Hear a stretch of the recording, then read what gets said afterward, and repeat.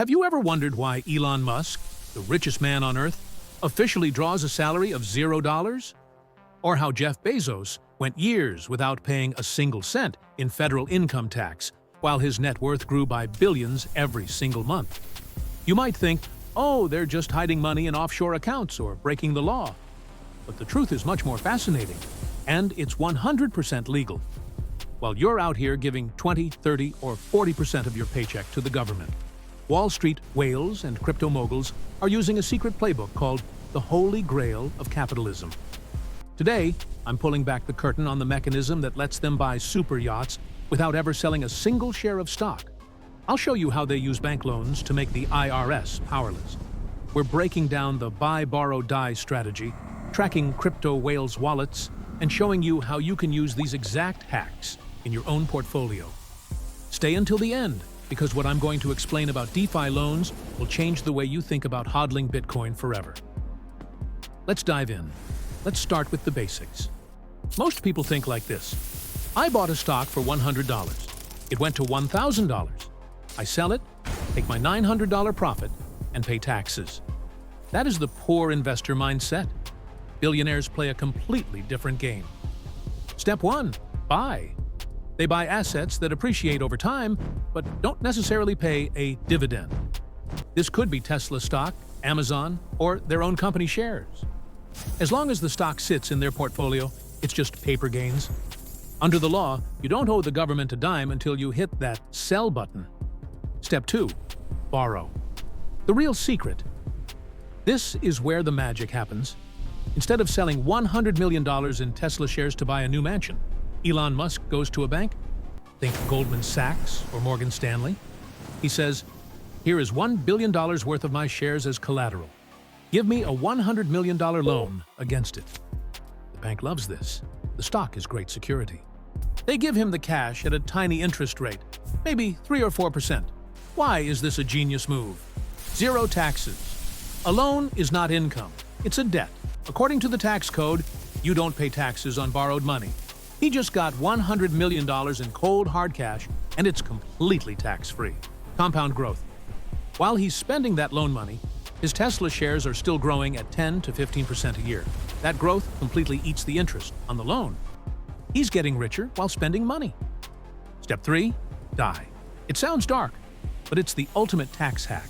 In the US and many other places, there's a rule called step up in basis. When the owner dies, the heirs get the stocks. But the value for tax purposes is reset to the market price on the day of death. All those decades of capital gains? Poof, gone. The heirs sell a bit of stock tax-free to pay off the loan and keep the rest of the billions. You might say, well, that's for Wall Street elites. But the crypto world has democratized this exact scheme. Today, anyone with a bag of BTC or ETH can become their own bank. Imagine you bought 10 Bitcoin at $20,000. Now it's at $70,000. You have a massive profit. If you cash out to your bank account, the tax man is coming for a huge slice of your pie. So, what do the crypto whales do? They use DeFi protocols. You deposit your BTC into a smart contract, like Aave or Compound. It works just like a pawn shop. You lock up your crypto and instantly mint or borrow stablecoins like USDT or USDC. The pro move. No credit checks. The smart contract doesn't care about your credit score. Only your collateral. No tax event. Officially, you never sold your Bitcoin. You just took a loan against it. You can spend those USDT via a crypto debit card on anything you want. The infinite HODL. If Bitcoin moons another 50% during your loan, you can either borrow more or pay back the loan and walk away with an asset that is worth way more than when you started. Okay, the strategies are clear. But how do you know when these guys are making their moves? When are they accumulating? And when are they getting ready to exit liquidity? Big players, or whales, leave footprints in the sand. They don't buy on regular exchanges like Coinbase, where they'd spike the price. They use OTC, over-the-counter desks. These are private deals that don't show up on the candle charts immediately, but we can see them on the blockchain. What to watch for: exchange outflows. When massive amounts of BTC move from exchanges to cold wallets, that's a massive accumulation signal. The whales are buying and locking it up. When crypto floods into exchanges, brace for a sell-off. Whale alert. There are bots that monitor wallets holding hundreds of millions. If an ancient Satoshi-era wallet suddenly wakes up, the market is about to get volatile. Insider tracking. For stocks, use sites like Open Insider. When a CEO buys their own company's stock with their own cash, it's the strongest signal that they know the price is headed up. It sounds like a cheat code, right? But there's a catch. The scariest phrase for a billionaire or a crypto borrower is margin call. If you borrowed against your stocks or crypto and the market crashes, the bank or the smart contract will demand their money back immediately. If you don't have it, they will liquidate your collateral, selling it at any price to cover the debt. This is exactly how massive market crashes happen. One whale gets liquidated, which pushes the price down, triggering the next whale's liquidation. It's a domino effect. Also, don't forget tax loss harvesting. At the end of the year, big players purposely sell their losers to lock in a loss on paper. This cancels out the taxes they would owe on their winning trades. They create a loss for the IRS while staying incredibly wealthy in real life. Now you know the truth. Taxes are often a tax on the uninformed.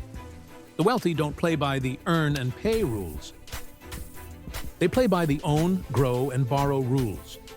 Does this mean you should go get a loan against your portfolio tomorrow? Not necessarily.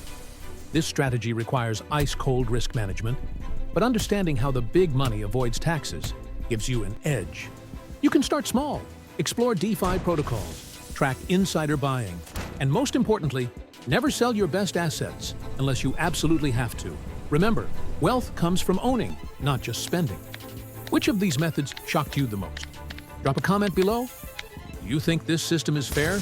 Or is it just a legal loophole for the 1%? Smash that like button, subscribe for more deep dives into the dark corners of finance, and I'll see you in the next one. Would you like me to refine any of the technical terms or perhaps create a list of the specific DeFi platforms or insider tracking sites for the video's description?